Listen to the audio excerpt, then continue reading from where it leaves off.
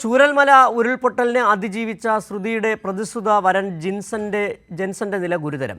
ജീവൻ നിലനിർത്താനുള്ള ശ്രമങ്ങൾ തുടരുന്നു. ഇന്നലെയുണ്ടായ അപകടത്തിൽ ശ്രുതിക്കും നിസ്സാര പരിക്കേറ്റുന്നു. വിവരങ്ങളുമായി അനൂപ് ചേരുന്നു. അനൂപ്, വളരെ ദുഃഖകരമായൊരു വാർത്തയാണ്. എങ്ങനെയാണ് ഇപ്പോൾ ഈ ജെൻസന്റെ ആരോഗ്യനിലയുമായി ബന്ധപ്പെട്ട് ആശുപത്രി നൽകുന്ന വിവരങ്ങൾ?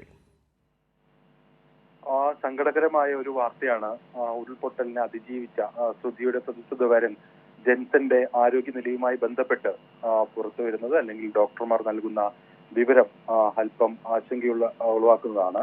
കഴിഞ്ഞ ദിവസമാണ് കൽപ്പറ്റ വെള്ളാരംകുന്നിൽ വെച്ച് ബസ്സും ഒമിനി വാനും കൂട്ടിയിടിച്ച അപകടത്തിൽ ജെൻസന് ഗുരുതരമായി പരിക്കേറ്റത്. ഇന്നലെ മേപ്പാടി സ്വകാര്യ ആശുപത്രിയിൽ പ്രവേശിപ്പിക്കുമ്പോൾ തന്നെ അദ്ദേഹത്തിന്റെ നില വളരെ ഗുരുതരമായ ഒരു സാഹചര്യമായിരുന്നു. ഏതായാലും ഇന്നലെ വൈകിട്ട് തന്നെ ആശുപത്രിയിൽ പ്രവേശിപ്പിച്ചു, വിദഗ്ധ ചികിത്സ നൽകി.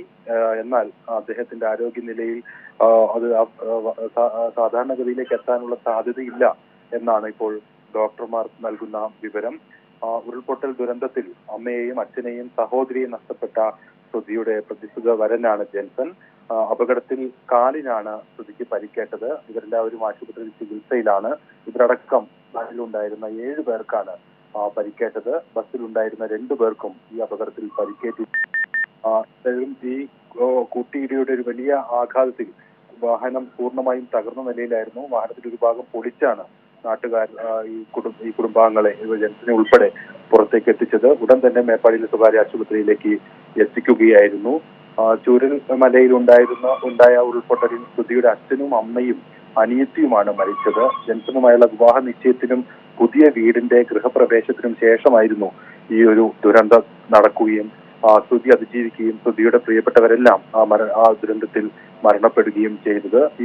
ഇത്തരത്തിൽ ഒറ്റയ്ക്ക് ആയിപ്പോയ ശ്രുതിയെ ജെൻസൺ കൈപിടിച്ചൊപ്പം നിർത്തുന്ന ഒരു കാഴ്ചയും നാം ആ ഘട്ടത്തിൽ കണ്ടതാണ്. ആ ദുരന്തത്തിന് ശേഷം നമ്മെ ആഹ്ലാദിപ്പിച്ച ഒരു കാഴ്ച കൂടിയായിരുന്നു അത്. ഉരുൾപൊട്ടലിനെ അതിജീവിച്ച് തിരിച്ചു വരുമ്പോഴാണ് വീണ്ടും ഒരു ദുരന്തത്തെ കൂടി ഇരുവർക്കും നേരിടേണ്ടി വന്നത്. അതിൽ ജെൻസന്റെ നില ഗുരുതരമായി തുടരുന്നു എന്നുള്ളതാണ് ഏറ്റവും ദുഃഖകരമായ കാര്യം. മേപ്പാടിയിലെ സ്വകാര്യ മെഡിക്കൽ കോളേജിൽ ഉപകരണങ്ങളുടെ സഹായത്തോടു കൂടിയാണ് ജെൻസന്റെ ജീവൻ ഇപ്പോൾ നിലനിർത്തുന്നത്. എന്നാൽ അദ്ദേഹത്തിന്റെ ആരോഗ്യാവസ്ഥ സാധാരണ നിലയിലേക്ക് എത്തുന്നതിന് തടസ്സങ്ങളുണ്ട് എന്നാണ് ഡോക്ടർമാർ നൽകുന്ന വിവരം. ശരി, അനൂപാണ് വിവരങ്ങൾ നൽകിയത്. വയനാട് ചൂരൽമല ദുരന്തത്തെ അതിജീവിച്ച ശ്രുതിയുടെ പ്രതിസുത വരൻ ജെൻസൺ വാഹനാപകടത്തെ തുടർന്ന് ഗുരുതരാവസ്ഥയിൽ തന്നെയാണെന്നുള്ള വിവരങ്ങളാണ് അനൂപ് പങ്കുവച്ചത്.